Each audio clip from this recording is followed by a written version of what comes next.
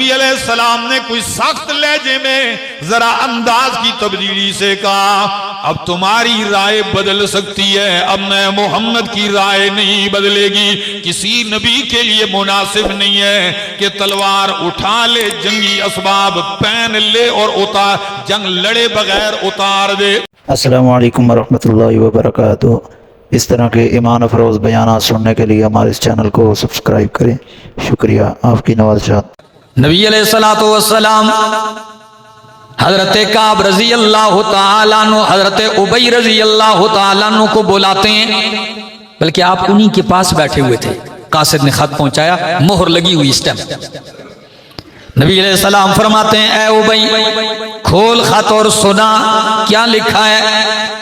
حضرت ابی بن کعب رضی اللہ تعالیٰ عنہ خط کھولتے ہیں اور پڑھتے جا رہے ہیں کہ مکہ سے تمہارے خلاف ایک بہت بڑا لشکر مدینہ پہ حملہ آور ہونے والا ہے، 3000 کی جمعیت ہے اور ہر قسم کے اسلحہ سے لیس ہے۔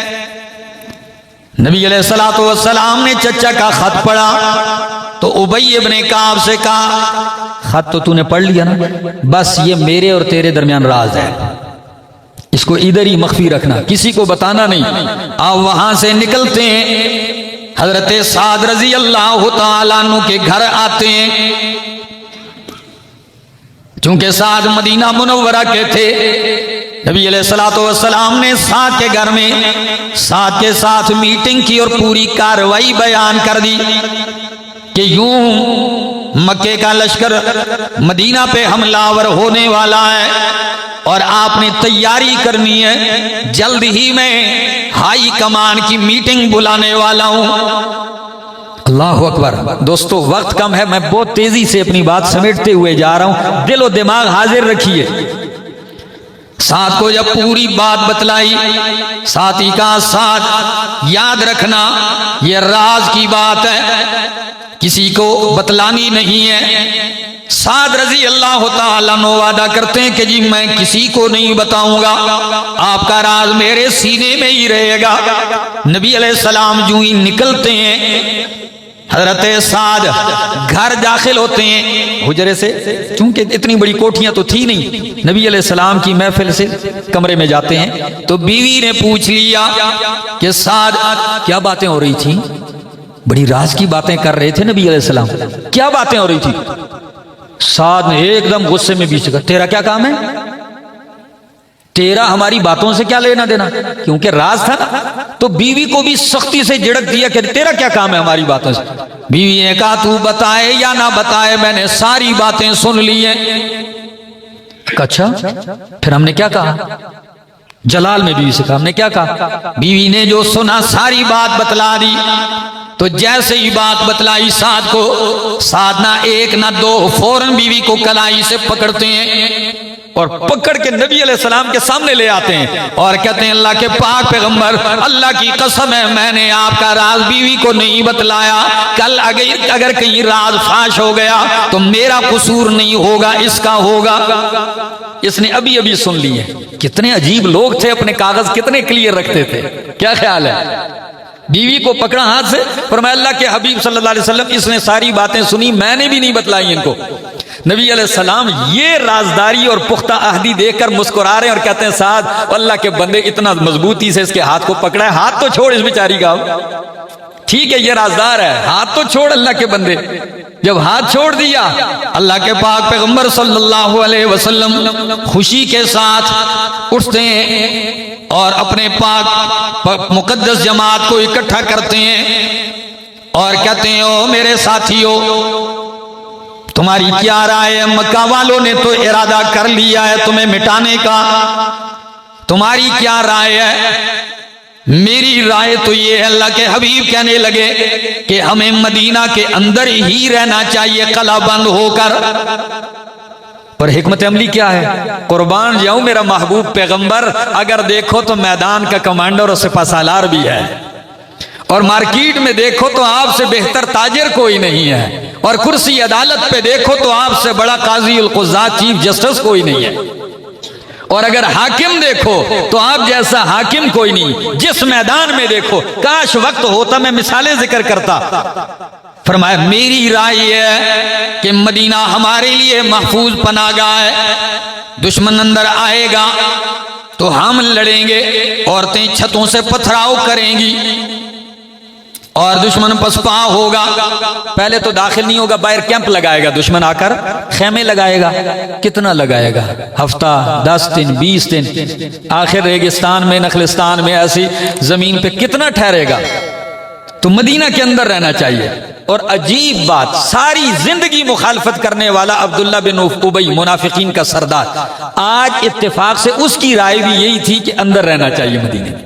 ساری زندگی الٹ چلتا رہا, آج اس نے بھی کہا کہ جی باہر نہیں نکلنا چاہیے. کیا آپ کہیں گے شاید آج اس کے دل میں کچھ اخلاص پیدا ہو گیا اس لیے رائے دی؟ نہیں, اخلاص کے لیے نہیں, اس لیے کہ اگر باہر نکلیں گے تو کھل کے لڑنا پڑے گا اور منافق لڑنے کے لیے تیار.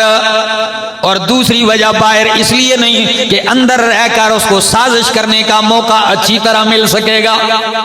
نیت میں تب بھی فطور تھا اس کے. خیر, نبی علیہ السلام نے اپنی رائے دی. اب فرمایا میرے ساتھیوں, صحابہ سے میٹنگ جاری ہے, آپ کی کیا رائے ہے؟ تو نوجوان صحابہ کرام جو جذبہ جہاد سے سرشار تھے اور میدان بدر میں فضیلت پانے والے, شہادت پانے والوں کا مرتبہ انہوں نے سن رکھا تھا, اس لیے وہ کہنے لگے اللہ کے پاک پیغمبر اندر نہیں, کھل کے باہر میدان میں لڑیں گے. نہیں نہیں نہیں, گھر میں نہیں, باہر میدان میں نکل کے لڑیں گے. اگر چند نوجوانوں کی رائے ہوتی تو شاید نبی علیہ السلام کہہ دیتے کہ نہیں یہ نوعمر ہیں یا جذباتی ہیں, لیکن قربان جاؤں ان نوجوانوں کے ساتھ ساتھ سنجیدہ اور بڑی عمر والے تجربہ کار صحابہ کرام بھی شامل تھے, اور ان میں نبی علیہ السلام کے حقیقی چچا امیر حمزہ جیسے پہلوان بھی تھے. اللہ, ان کی بھی یہی رائے تھی. فرمایا اللہ کے پاک پیغمبر صلی اللہ علیہ وسلم باہر نکل کے میدان میں مقابلہ کریں گے. اور کئی صحابہ کرام کہنے لگے اللہ کے پاک پیغمبر ہم نے تو عہد کیا ہے بدر کے بعد کہ جیسے اگر موقع آئے گا ہم شہادت پائیں گے. آج شہادت کا موقع آ گیا ہے, اس لیے ہم گھروں میں نہیں میدان کارزار میں نکلیں گے. جب سب نے اتنی زوردار رائے دی, نبی علیہ السلام نے اپنی رائے چھوڑ دی. فرمایا اچھا اگر یہ بات ہے پھر تیار ہو جاؤ, میں گھر جا کے آتا ہوں. اللہ اکبر. ہری پور والوں, کائنات کے امام اور نبیوں کے سردار کی اس صورت کو بھی ذرا دیکھو کیسے لگتے ہوں گے. آپ اندر جاتے ہیں اور ام المومنین صدیقہ کائنات حضرت عائشہ رضی اللہ تعالی عنہ سے فرماتے ہیں میری زرہ مجھے پہنا دی جائے. ایک زرہ نہیں, آپ نے 2 زریں پہن لی. کتنی؟ 2 زریں پہن لی. اور لوہے کی ٹوپی جسے خود کہتے ہیں, سر کی حفاظت کے لیے اور گردن کی حفاظت کے لیے اس کی سائیڈوں پر زنجیریں لٹکتی ہیں, آپ نے وہ پہن لی. اور آپ نے تلوار بھی حمائل فرما لی اپنی بغل کے ساتھ. آپ ادھر تیاری میں لگے ہیں. ادھر صحابہ کرام کے دل میں خیال آیا کہ جب نبی علیہ السلام کی رائے مدینہ میں رہ کر لڑنے کی تھی تو ہم کون ہوتے ہیں کہ رائے دیں میدان میں نکل کے لڑنے کی. خود ہی ان کو احساس ہوا کہ ہمیں تو پہلے رائے دینی نہیں چاہیے تھی, اور اگر دی تو ہمیں نبی علیہ السلام کی رائے ہی کے مطابق رائے دینی چاہیے تھی. بس احساس ہوا کہ چلو نبی علیہ السلام آتے ہیں, دیکھتے ہیں کیا فیصلہ تھا. جب اللہ کے پاک پیغمبر سپہ سالار بن کے آتے ہیں, کائنات کے اس حسین چہرے کو اس صورت میں دیکھا ہوگا صحابہ کرام نے, کیسے حسین لگتے ہوں گے. لیکن جب آپ آتے ہیں میدان باہر تو صحابہ کرام 10 بستہ کھڑے ہو کر کہتے ہیں اللہ کے حبیب ہم اپنی رائے واپس لیتے ہیں, جیسے آپ کہیں گے مدینہ ہی میں رہ کر لڑیں گے. لیکن قربان جاؤں نبی علیہ السلام نے کوئی سخت لہجے میں ذرا انداز کی تبدیلی سے کہا اب تمہاری رائے بدل سکتی ہے, اب میں محمد کی رائے نہیں بدلے گی. کسی نبی کے لیے مناسب نہیں ہے کہ تلوار اٹھا لے, جنگی اسباب پہن لے اور جنگ لڑے بغیر اتار دے. اب لڑ کر ہی اتاروں گا, اب ایسے نہیں اترے گی. ذرا اب میدان میں اتریں گے. جب رائے دی تیاری ہو گئی. پتہ ہے 1000 کا لشکر تیار ہو گیا. کتنے آدمیوں کا؟ 1000 کا لشکر تیار ہو کر مدینہ منورہ سے سن 3 ہجری 7 شوال. آج عید کا کتنا دن ہے؟ 5واں دن ہے. بعض نے 5 شوال لکھا ہے, بعض نے 7 شوال لکھا ہے. ٹھیک ہے نا, چھوٹی عید کا 6واں 7واں 5واں دن 7 شوال المکرم.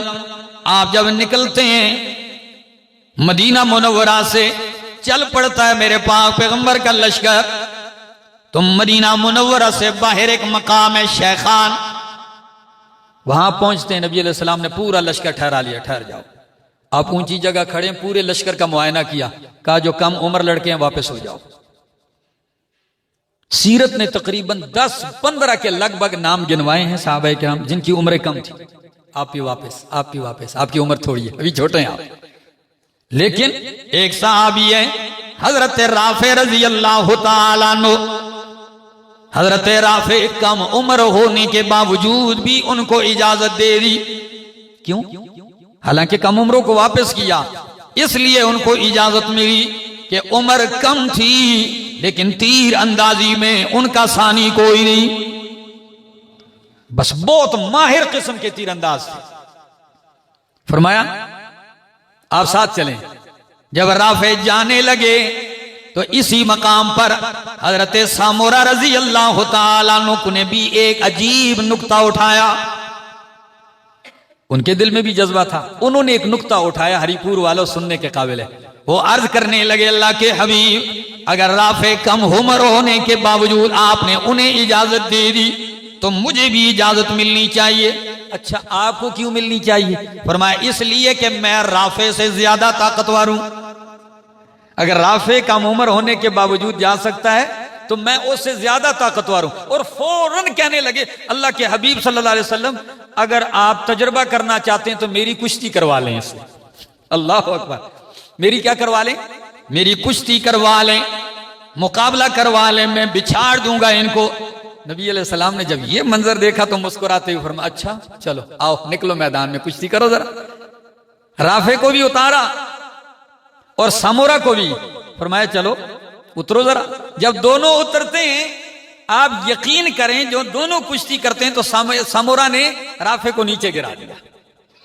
جب گرایا تو اٹھتے ہی فرمایا جی یا رسول اللہ صلی اللہ علیہ وسلم اب اجازت ہے. نبی علیہ السلام نے مسکراتے ہوئے فرمایا تجھے بھی اجازت ہے. اللہ, یہ کدھر؟ کھیل کے میدان میں.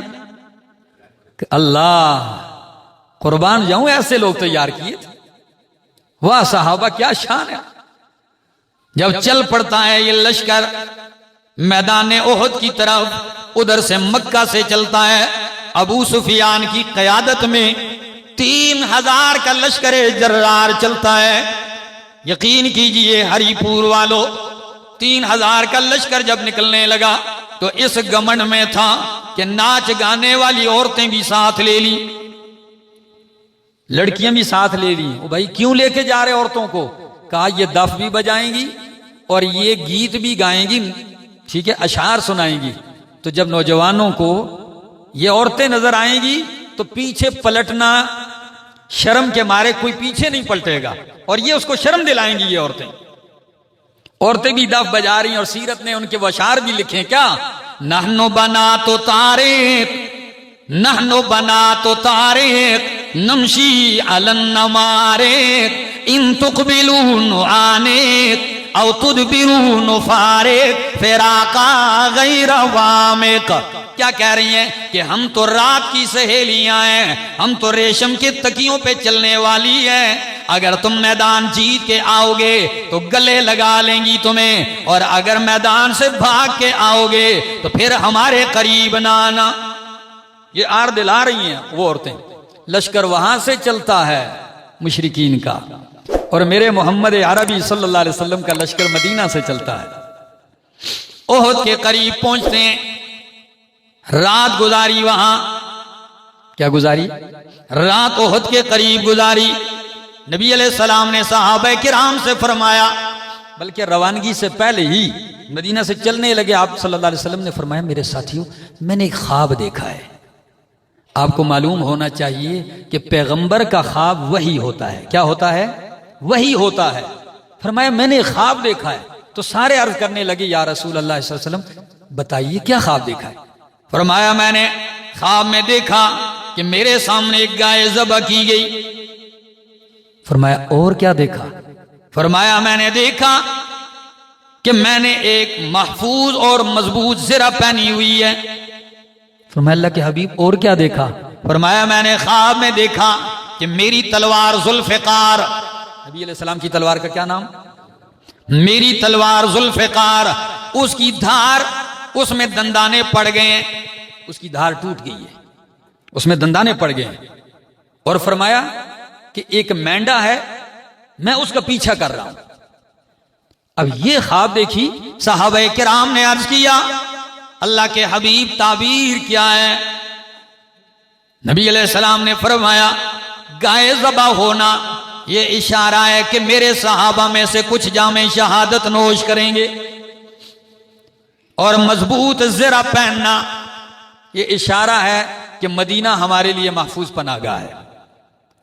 فرمایا ذوالفقار تلوار میں دندانے پڑ جانا، فرمایا یہ اشارہ ہے خواب میں کہ میرے خاندان میرا قریبی بھی جام شہادت نوش کرے گا. اور اس خواب کی تعبیر کا حصہ حضرت امیر حمزہ رضی اللہ تعالیٰ بنتے ہیں. کہا یہ جو مینڈا ہے جس کے پیچھے آپ، فرمایا اس سے اشارہ ہے کہ مشرکین کا کوئی لیڈر میرے ہاتھوں بھی جہنم رسید ہوگا. اللہ اکبر. خیر میدان احد میں پہنچتے ہیں. وہ دن آ گیا کہ لشکر ایک دوسرے کو دیکھنے لگتے ہیں، قریب ہو گئے. این اسی موقع پر عبداللہ بن ابی منافقین کا سردار ایک دم بگڑ گیا. جی میری رائے کسی نے مانی نہیں. میں نے کہا مدینہ کے اندر رہتے ہیں باہر نہیں نکلتے، ساڑی رائے کوئی نہیں مندا لہذا سان لڑنے دی لوڑ ہی کوئی. ایک دم بگڑ گیا اور 300 آدمی اپنے لے کر واپس ہو گیا. پتہ ہے بات رائے کی ہوتی تو مدینہ سے چلتا ہی نہ. کیا خیال ہے؟ رائے تو تیری اس وقت نہیں مانی، لیکن اتنا ذلیل انسان کہ اس لیے چلا کہ عین میدان سے جب میرا لشکر نکلے گا تو مسلمانوں کے حوصلے کیا ہو جائیں گے؟ پست ہو جائیں گے. یہ ایک چال اس نے چلی. 300 آدمی لشکر لے کے واپس ہونے لگا. جب واپس ہوا تو جو کمزور مسلمان تھے ان پہ اتنا اثر پڑ گیا، اتنا اثر کہ قرآن کریم نے اس کا ذکر یوں کیا. بنو سلمہ اور بنو حارثہ، یہ سورہ آل عمران آیت نمبر 121. میں پہلی آیت بھی پڑھتا ہوں اور دوسری بھی.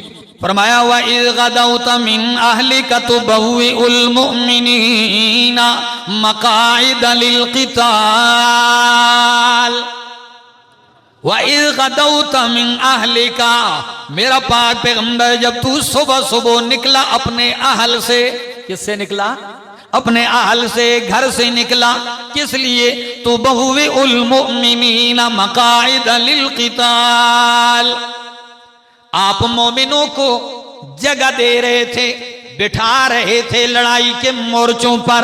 فرمایا اذ ہمت طائفتان منکم ان تفشلا، تم میں سے او میرا محبوب پیغمبر، آپ کے ساتھیوں میں سے جب 2 گروہوں نے ارادہ کیا یہ کہ سستی دکھائیں، کم ہمتی دکھائیں. ان کے حوصلے کیا ہو گئے تھے؟ بنو حارثہ اور بنو سلمہ. یہ مومن تھے لیکن انہوں نے بھی ارادہ کر لیا کہ 300 تو واپس ہو گئے، ہم بھی کیا ہوتے ہیں؟ حالات ٹھیک نہیں ہے. ان دونوں نے بھی ارادہ کر لیا. لیکن قرآن کیا کہتا ہے؟ واللہ ولیہما، اللہ ان دونوں کا معاون اور مددگار تھا. کم ہمتی کا ذکر بھی کیا اور ساتھ ساتھ یہ بھی بتایا کہ منافق نہیں تھے مخلص. اللہ ان دونوں گروہوں کا کیا تھا؟ معاون تھا، مددگار تھا. وعلی اللہ فلیتوکل المؤمنون، اور اللہ ہی پر چاہیے کہ مومن توکل کریں، بھروسہ کریں. اللہ اکبر. میدان کی طرف چلتے ہیں. ان 2 گروہوں کو بھی اللہ نے مضبوط کر دیا اور عین میدان آ گیا. ذرا نبی علیہ السلام کی اس فراست کو دیکھیے. آپ نے فوراً میدان میں کھڑے ہو کے یوں نظر دوڑائی. ایک نظر میں سالار ہو تو ایسا ہو. تو فوراً کہا ہماری پیٹھ پہ احد پہاڑ ہونا چاہیے تاکہ ہماری پیٹھ مضبوط ہو جائے. پشت کی طرف سے کوئی نہیں آئے گا. احد پہاڑ. لشکر 3 حصے کر دیے, ایک میمنہ ایک میسرہ, اور 50 آدمیوں کا ایک دستہ جبل رمات, ایک گھاٹی تھی جدھر سے خطرہ تھا کہ اگر دشمن پسپا بھی ہو جائے تو اندیشہ ہے کہ دوبارہ اس گھاٹی سے نہ حملہ آور ہو. تو کتنے آدمی خاص کیے؟ 50 آدمی تیر انداز, اور ان کا امیر بنایا حضرت عبداللہ بن جبیر رضی اللہ تعالیٰ عنہ کو. فرمایا عبداللہ بن جبیر اور ان کے ساتھیوں سے تم نے یہاں گھاٹی پہ رہنا ہے. اتنی تاکید کر دی بخاری کی حدیث میں, مسند احمد اور دیگر سیرت کی کتابوں میں. فرمایا کہ اگر نیچے میدان میں ہم ہار جائیں تب بھی تم نے نہیں اترنا, ہم فتح پا جائیں تب بھی تم نے نہیں اترنا. ایک موقع پر میں اتنی سختی کر دی کہ اگر ہم مارے جائیں اور پرندے ہاں کے ہمیں نوچنے لگے تب بھی تم نے اوپر سے, جب تک کہ میرا آرڈر نہ آئے دوسرا کہ واپس آ جاؤ. اتنی تاکید کر دی. کہا اوپر بیٹھ جانا آپ. تیر انداز وہاں بٹھا دیے. میدان کارزار آمنے سامنے. جو ہی لڑائی شروع ہوتی ہے اللہ اکبر 700 صحابہ رہ جاتے ہیں, کیونکہ منافق کیا ہو گئے تھے, واپس ہو گئے 300. تو 700 صحابہ کرام مخلصین رہ جاتے ہیں اور میدان میں اترتے ہیں. جو ہی گمسان کی لڑائی شروع ہوتی ہے اللہ کے پاک پیغمبر صلی اللہ علیہ وسلم میدان کا معائنہ کرتے جا رہے ہیں, اور ایسی جنگ شروع ہوئی. قربان جاؤں حضرت امیر حمزہ رضی اللہ تعالیٰ عنہ اس دن ایک تلوار نہیں, ہر صحابی ایک تلوار سے لڑتا ہے, اور میرے پاک پیغمبر کا چچا 2 تلواریں لے کے لڑ رہا ہے. مہارت اندازہ لگائیں, 2 تلواریں آپ نے ہاتھ میں لی ہوئی ہیں, اور جدھر صفوں میں داخل ہوتے نا تو صفیں الٹتے جاتے. طاقتور تھے, پہلوان بھی تھے اور ماہر بھی تھے, تجربہ کار بھی تھے. نبی علیہ السلام نے بڑا چچا کو پہلے روکا, ٹھہر جاؤ, لیکن چچا کہنے لگے یا رسول اللہ صلی اللہ علیہ وسلم بس مجھے پتہ ہے آپ اپنے چچا کو ہر کام سے تو روکیں گے مگر جنت میں داخل ہونے سے نہیں روکیں گے. نبی علیہ السلام نے فرمایا اتر جا چچا. جب اترتے ہیں تو چچا کو دیکھتے ہیں, بڑے پیار سے محبت سے دیکھتے ہیں اور رخصت کرتے ہیں. این اس موقع پر آپ کو ایک اور بھی واقعہ سنا دوں, آپ بھی حیران ہوں گے. آمنے سامنے لشکر ہیں, نبی علیہ السلام نے ایک تلوار نکالی اور ہوا میں لہرائی. اس تلوار پر ایک شعر لکھا ہوا تھا, سنا دوں, یہ بھی سننے کی بات ہے. تلوار نکال کے فرمایا وَفِي الْجُبْنِ عَارٌ وَفِي الْإِقْبَالِ مَكْرُمَةٌ وَالْمَرْءُ بِالْجُبْنِ لَا يَنْجُو مِنَ الْقَدَرِ. کیا معنی ہے؟ تلوار پر شعر جو لکھا ہوگا تو وہ تلوار کے شایع نشان ہی ہوگا نا. کیا خیال ہے؟ ایک تو ٹرکوں اور رکشوں پہ لکھا ہوتا ہے نا, وہ اس کے شایع نشان. ایک تلوار پہ جو لکھا ہوتا ہے ذرا وہ سنیے. فرما کیا شعر لکھا ہے, وَفِي الْجُبْنِ عَارٌ, بزدلی میں شرمندگی اور عار ہے, وَفِي الْإِقْبَالِ مَكْرُمَةٌ, اور میدان میں آگے بڑھنے میں عزت ہے, شان ہے. وَالْمَرْءُ بِالْجُبْنِ لَا يَنْجُو مِنَ الْقَدَرِ, آدمی بزدلی کی وجہ سے تقدیر سے بچ نہیں سکتا. جو تقدیر میں لکھا ہے جتنی بزدلی بھی کرو گے تقدیر کے فیصلے سے بچ. تلوار لہرائی اور فرمایا ہے کوئی مرد مومن, ہے کوئی مرد میدان جو مجھ سے تلوار لے, اس کا حق ادا کرنے کے لیے لے, اور اس تلوار کا کیا ادا کرے. تو فوراً حضرت عمر رضی اللہ عنہ, حضرت علی المرتضی رضی اللہ عنہ, حضرت زبیر ابن عوام رضی اللہ تعالیٰ عنہ, نبی علیہ السلام کے پھوپھی ذات ہیں, اور بھی اٹھتے ہیں.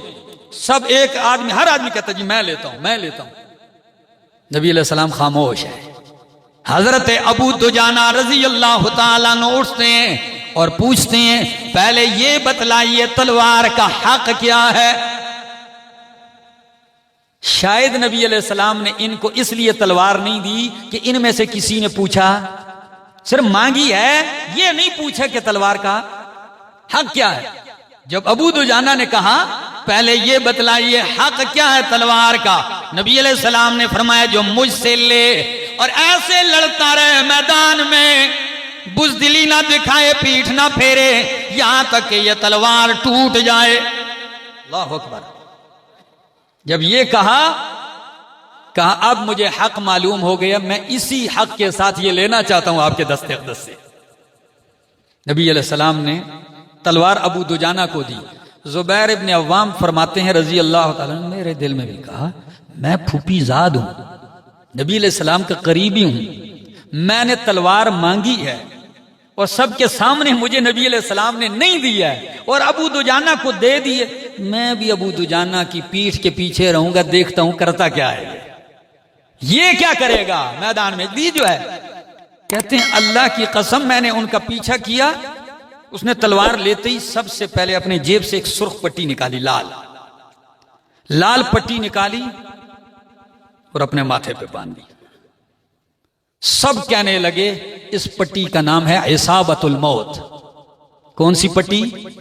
موت کی پٹی، یعنی اب ابو دجانہ مرنے کے لیے لڑ پڑے ہیں، اب یہ زندہ نہیں آئیں گے۔ پٹی اتار کے کھول کے جب باندھی جیب سے نکال کر سر پہ، زبیر ابن عوام رضی اللہ تعالیٰ فرماتے ہیں اللہ کی قسم اس نے حق کے لیے لی تلوار کا حق ادا کرنے کے لیے، لیکن رب کعبہ کی قسم اس نے تلوار کا حق ادا کیا ہے۔ وہ ایسے گھستا گیا اور الٹتا گیا صفے، جدھر جاتا ہے ہلچل مچا دیتا ہے، یہاں تک کہ چلتے چلتے کتنے ہی کافر جہنم رسید کر دیے اور آخر میں تلوار بھی ٹوٹ گئی اور خود بھی جام شہادت نوش کر گئے رضی اللہ تعالی عنہ وارضا۔ اللہ اکبر۔ میدان جاری ہے، لڑائی جنگ شروع ہے، صحابہ کرام 27 کافر مار چکے ہیں۔ کتنے مشرک مارے گئے تھے؟ 27 مشرک مارے گئے، اور اس زور کی لڑائی تھی کہ ان کو فتح ہو گئی، میدان کی کایا پلٹتی انہوں نے اور مشرک بھاگ گئے۔ 27 مارے گئے، بھاگ گئے۔ جیسے ہی بھاگتے ہیں نبی علیہ الصلوۃ والسلام کے صحابہ کرام مال غنیمت اکٹھا کرنے لگ گئے، جو تلواریں، جو نیزے، جو چیزیں رہ گئی تھی، گھوڑے، اونٹ، وہ اکٹھا کرنے لگ گئے۔ جب اکٹھا کرنے لگ گئے تو 50 آدمی گاٹی پر بٹھائے تھے اور ان سے کہا تھا نیچے نہیں آنا، وہ سارے کہنے لگے جی اترتے ہیں۔ عبداللہ بن جبیر اپنے امیر سے کہنے لگے جی ہم تو اترتے ہیں۔ میں کہا جی اللہ کی قسم نہیں اتروں گے، نہیں اتروں گا، نہ اترنے دیتا ہوں، نہیں اجازت نہیں ہے۔ کہ اللہ کے بندے مشرک پسپا ہو گئے ہیں، اب صرف بس مال غنیمت اکٹھا کرنا ہے تو کیا ہم ان کی معاونت نہ کریں؟ فرمایا نہیں۔ نے کہا عجیب آدمی، اتر آئے، 50 میں سے 40 اتر کے آ گئے۔ کتنے رہ گئے؟ 10 رہ گئے۔ خالد بن ولید جو اس وقت تک ایمان نہیں لائے تھے، وہ کئی دفعہ اس گھاٹی پہ آتے ہیں لیکن اوپر بندے دیکھتے ہیں واپس ہوتے ہیں۔ اس دفعہ جب آئے، یہ تیسری مرتبہ تھی اس کی، اوپر دیکھا صرف 10 آدمی ہیں، کہا چڑھ دوڑو گھاٹی پر۔ جب گھاٹی پہ چڑھے، بہت بڑا لشکر تھا اس کے پاس، آپ یقین کیجئے چند لمحوں میں جو 10 اوپر رہ گئے تھے ان کو شہید کر دیا، اور وہ 10 شہید ہوئے۔ اور اوپر سے یہ لشکر جب گھاٹی سے اترا نیچے میدان کی طرف، تو آپ کو پتہ ہے جنگ تو منظم طریقے سے لڑی جاتی ہے، تو نقشہ تو تتر بتر تھا، تنظیم تو نظم تو سارا ٹوٹ گیا، صرف مال غنیمت اکٹھا کر رہے ہیں۔ بس ایسے زوردار حملہ کہ کوئی پتہ نہیں کہ کس صحابی کا کس طرف رخ ہے، گرد و غبار اڑ رہی ہے، ایک دھواں اٹھ رہا ہے ایسے، اور جنگ ایسی شروع ہوئی کہ چند لمحوں میں 70 صحابہ جام شہادت نوش کر۔ ایک معمولی سی لغزش کا نتیجہ، ایک معمولی سی لغزش کہ نہیں اترنا، اتر پڑے۔ فتح کس میں بدل گئی؟ شکست میں بدل گئی۔ 70 صحابہ شہادت نوش کرتے ہیں، اور یہ حالت ہے میدان کی کہ کوئی تنظیم ربط نہیں ہے۔ اللہ کے پاک پیغمبر صلی اللہ تعالی علیہ وسلم وہ میدان میں کھڑے ہیں، جس صحابی کا جس طرف رخ ہے ادھر ہی منتشر ہو گئے اور سارے تتر بتر ہو گئے۔ چند صحابہ کرام اللہ کے حبیب کے ارد گرد اکٹھے ہیں، باقی سمجھ ہی نہیں آ رہی، ایسی بگدڑ مچی چند لمحوں میں۔ پتہ ہے نبی علیہ الصلوۃ والسلام اس موقع پر آپ کی تدبیر کا ایک رخ یہ تھا کہ آپ فوراً پیچھے ہٹ جاتے. کیوں؟ سختی کا مرحلہ ہے. دوسری صورت یہ تھی کہ اپنی جان خطرے میں ڈال کر میدان میں آواز دیں کہ میں یہاں کھڑا ہوں، ادھر آئیں. آپ نے پہلی صورت اختیار نہیں کی، اس لیے کہ دلیری کی انتہا آپ پر ہے. آپ پیچھے نہیں، آپ میدان میں کھڑے ہو کر تلوار لہرا کے کہتے ہیں کہ عباد اللہ، اللہ کے بندو، میں محمد عربی یہاں کھڑا ہوں، اس طرف رخ پلٹو. تو ایک دم صحابہ کرام کا رخ اپنی طرف متوجہ کیا. یہ آواز دینا، لیکن اس آواز میں ایک خطرہ یہ تھا کہ یہ آواز اگر اللہ کے پیغمبر لگاتے تو صحابہ تک پہنچنے سے پہلے دشمن تک پہنچتی ہے، تو وہ ٹوٹ پڑتے ہیں. اور ہوا بھی ایسا ہی، جیسے ہی آپ آواز دیتے ہیں زوردار حملہ ہوتا ہے. اللہ کے پاک پیغمبر صلی اللہ علیہ وسلم پر قربان جاؤں، اس وقت نبی علیہ السلام کہتے ہیں کون ہے جو اس حملے کو پسپا کرے اور مجھ سے جنت کی ضمانت لے لے. یقین کیجئے کسی نے پرواہ نہیں کی جان کی. کوئی سینہ آگے کرتا ہے، کوئی گردن آگے کرتا ہے. اور ایک صحابی ہیں، انہوں نے اپنے ہاتھ پہ کئی تیر کھائے، ہاتھ شل ہو گیا. یہ میدان کارزار میں. اور اتنے میں نبی علیہ الصلوۃ والسلام کو ایک چوٹ لگتی ہے.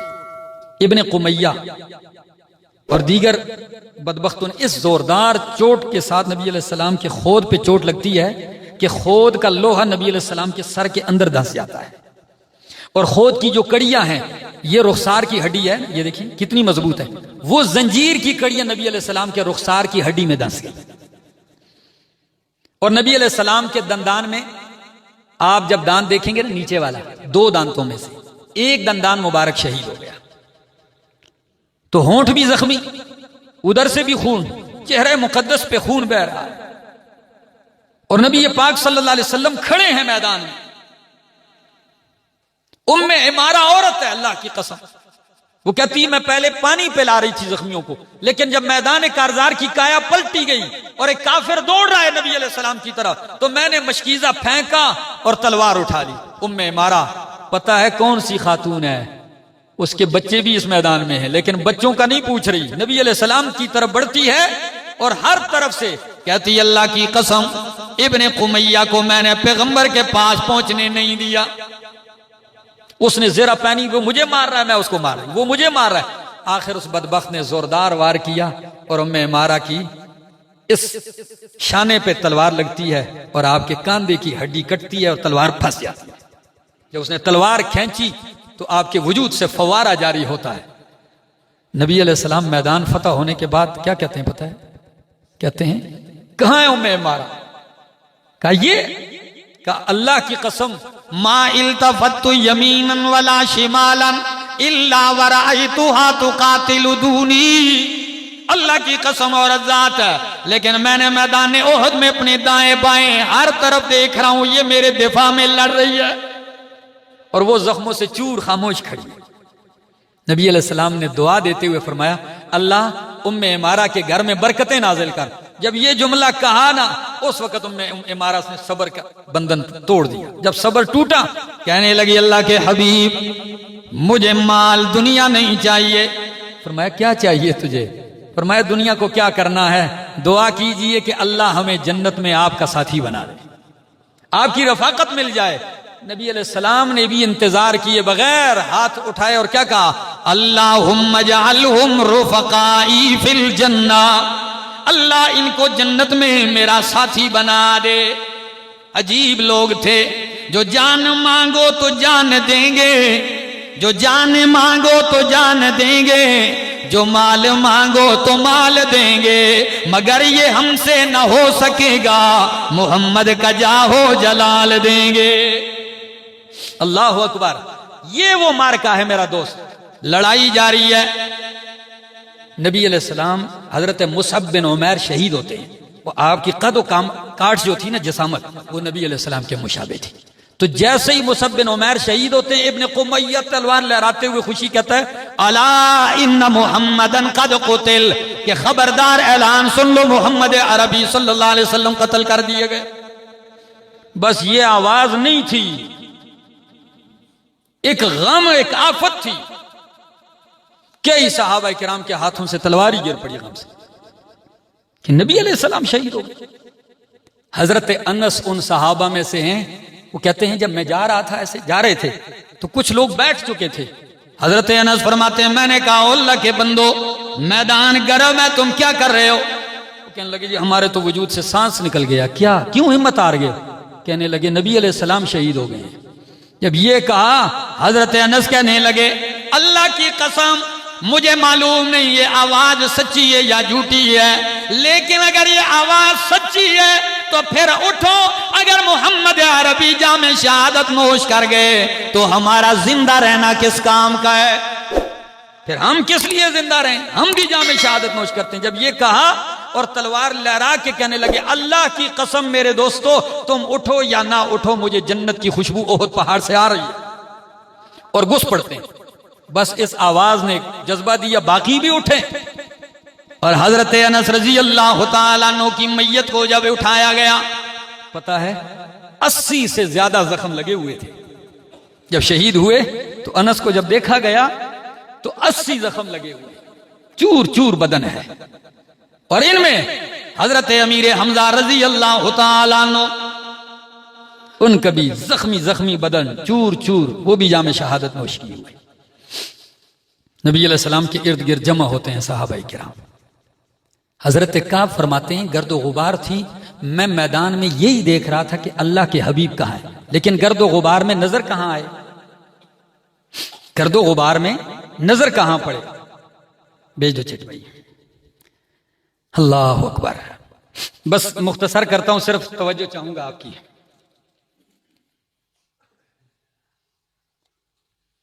آپ کی توجہ ہے؟ حضرت کعب فرماتے ہیں گرد و غبار میں نظر کچھ نہیں آ رہا. اچانک میں نے گرد میں دور سے دیکھا تو گرد میں خود میں مصطفیٰ صلی اللہ علیہ وسلم کی سرمگی آنکھیں نظر آ گئی. کہتے ہیں اللہ کی قسم آنکھیں دیکھتے ہی میں نے کہا یہ تو وہی نظریں ہیں جن کو دیکھ کے ہم گزارا کرتے ہیں. کیا خیال ہے؟ یہ اسی کے لیے تو ہم آگے پیچھے ہوتے ہیں، اس نظر کے لیے. پھر میں نے دائیں بائیں نہیں دیکھا، پہنچ گئے نبی علیہ الصلوۃ والسلام کے پاس. اور یہی وہ مارکا تھا کہ لوگ تتر بتر تھے اور نبی علیہ السلام ترکش سے 7 تیر چلاتے ہیں نا، تو نبی علیہ السلام ترکش پکڑاتے ہیں. کہنے لگے ترکش مجھے دے دو، تھیلا. وہ ایک ایک تیر نکال کے کہتے ہیں سعد ارمے یا سعد فدا کا ابی و امی، اے سعد کائنات تو محمد عربی پہ قربان ہوتی ہے ان کی مائیں، لیکن آج میں محمد کہہ رہا ہوں سعد تجھ پہ میں محمد کے ماں باپ قربان ہو، آج مارتا جا. سعد، یہ سعد کی خصوصیت ہے کہ نبی علیہ السلام نے اتنا بڑا جملہ کہہ دیا تجھ پہ میرے ماں باپ قربان. سعد کہتے ہیں بس میں برسائے جا رہا ہوں میدان میں تیر. میرا دوست اسلام میرے اور آپ کے پاس ایسے ہی آ گیا ہے، ایسے نہیں آیا ہے. یہ بہت بڑی قربانیوں کے بعد آئے، اس کی قدر کیجئے مسلمانوں. اگر قدر نہیں کرو گے اللہ کی قسم، اللہ کا دین اللہ بے قدروں کے پاس رہنے بھی نہیں دیتا. آنے والی نسلیں بے دین ہو جائیں گی. اپنے پیغمبر کی زندگی کو پڑھو، سنو، سمجھو اور اپنی اولاد کو بتلاؤ آپ کی سیرت مقدسہ، آپ کی زندگی اور آپ کی سیرت طیبہ اس کا کوئی ایک پہلو نہیں ہے. آپ کی حیات طیبہ کا ہر پہلو نمایاں ہے. امت کے لیے قرآن نے ویسے ہی نہیں فرمایا کہ یہ آپ کے لیے اسوہ حسنہ ہے. ان کو سمجھیے. میدان جاری ہے. حضرت ابو طلحہ رضی اللہ تعالیٰ عنہ بھی ایک موقع پر آپ کے سامنے تیر لگ رہے ہیں اور وہ بھی برسا رہے ہیں. نبی علیہ السلام نے آپ کے کاندھے پر یوں ہاتھ رکھا اور ایسے جھانک کر دیکھا کہ میں دیکھوں تو صحیح سے ابو طلحہ میدان میں تیر مار رہا ہے، ہدف پہ لگتا ہے کہ نہیں.